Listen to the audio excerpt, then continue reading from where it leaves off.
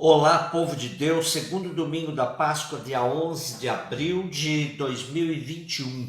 A nossa reflexão de hoje é a partir de Atos 4, 32, 35, 1 João 5, de 1 a 6 e João 10, de 19 a 31.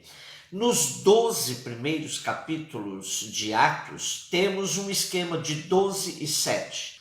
Com os 12 discípulos, Igreja Mãe em Jerusalém, e com os 7 diáconos na Judéia, na Samaria e nas vizinhanças. Vai se expandindo. O nosso trecho de hoje está dentro dessa subdivisão de Atos. Vamos conhecendo o caminho da igreja. Temos um conjunto de 3 sumários sobre a vida das comunidades cristãs primitivas. O de hoje é o segundo deles e destaca a partilha como característica fundamental do convívio dos primeiros. Ouçamos: a multidão dos que haviam abraçado a fé tinha um só coração, uma só alma. Ninguém chamava seu ao que lhe pertencia, mas tudo entre eles era comum. Os apóstolos davam testemunho da ressurreição do Senhor com grande poder e gozavam todos de grande simpatia. Não havia entre eles qualquer necessitado, porque todos os que possuíam terras ou casas vendiam-nas e traziam o produto das vendas que depunham aos pés dos apóstolos.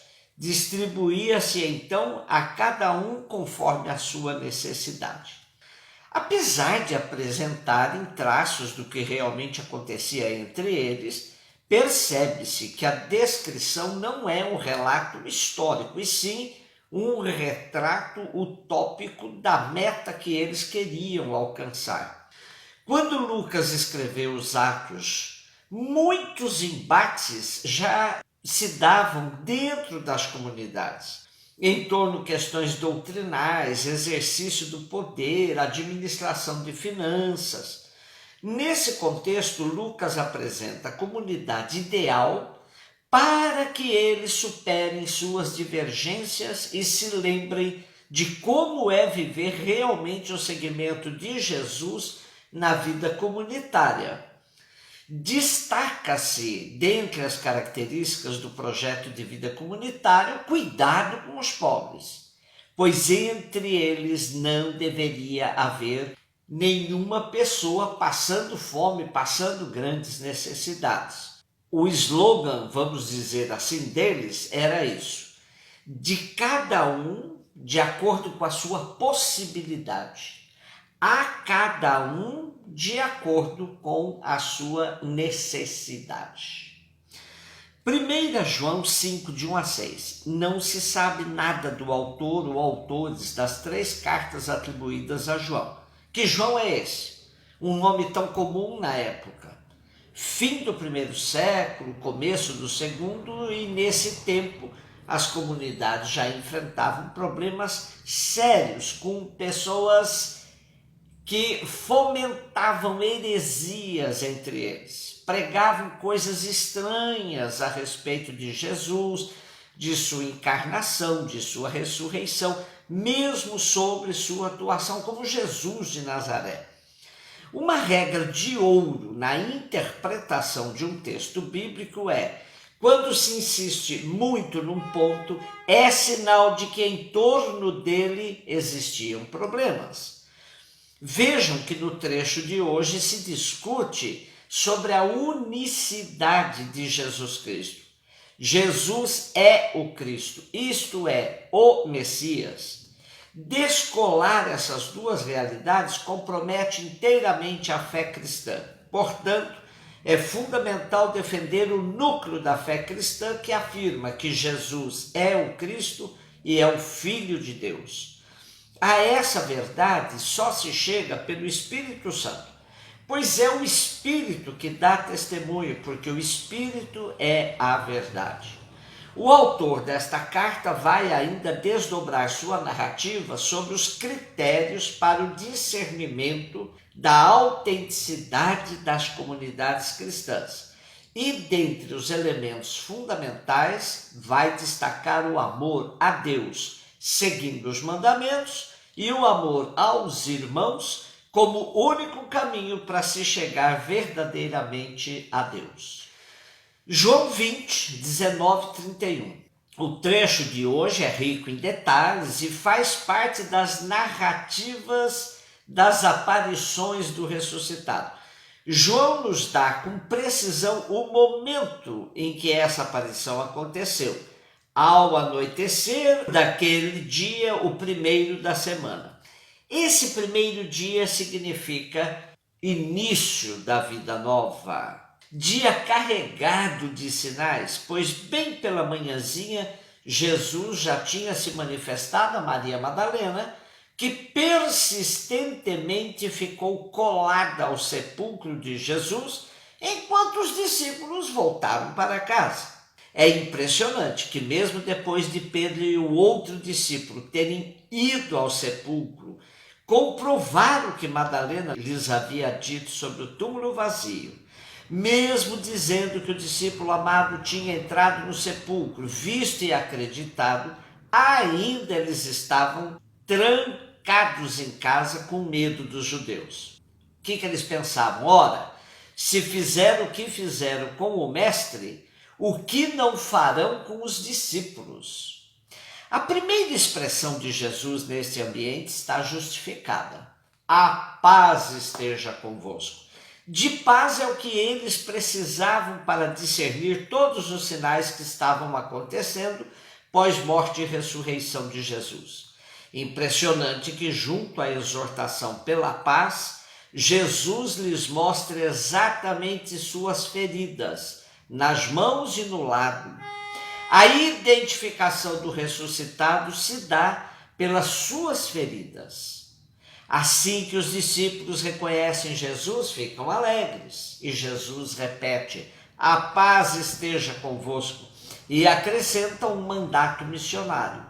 Como o Pai me enviou, também eu vos envio. O que temos a seguir é a cena de Pentecostes segundo João, que não aguardou 50 dias pós-ressurreição para que o Espírito Santo fosse dado aos discípulos. Na tarde do primeiro dia, eles recebem de Jesus o Espírito por meio de um sopro, que nos lembra o sopro de Deus Criador. E esse Espírito lhes dará o poder de perdoar os pecados.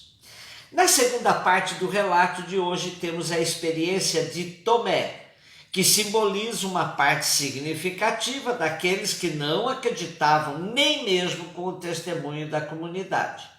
Por um lado, Tomé passou para a história como um incrédulo, porém, foi por meio de sua experiência que aprendemos que ao ressuscitado só nos aproximamos se tivermos a coragem de tocar as feridas de nossos irmãos e irmãs.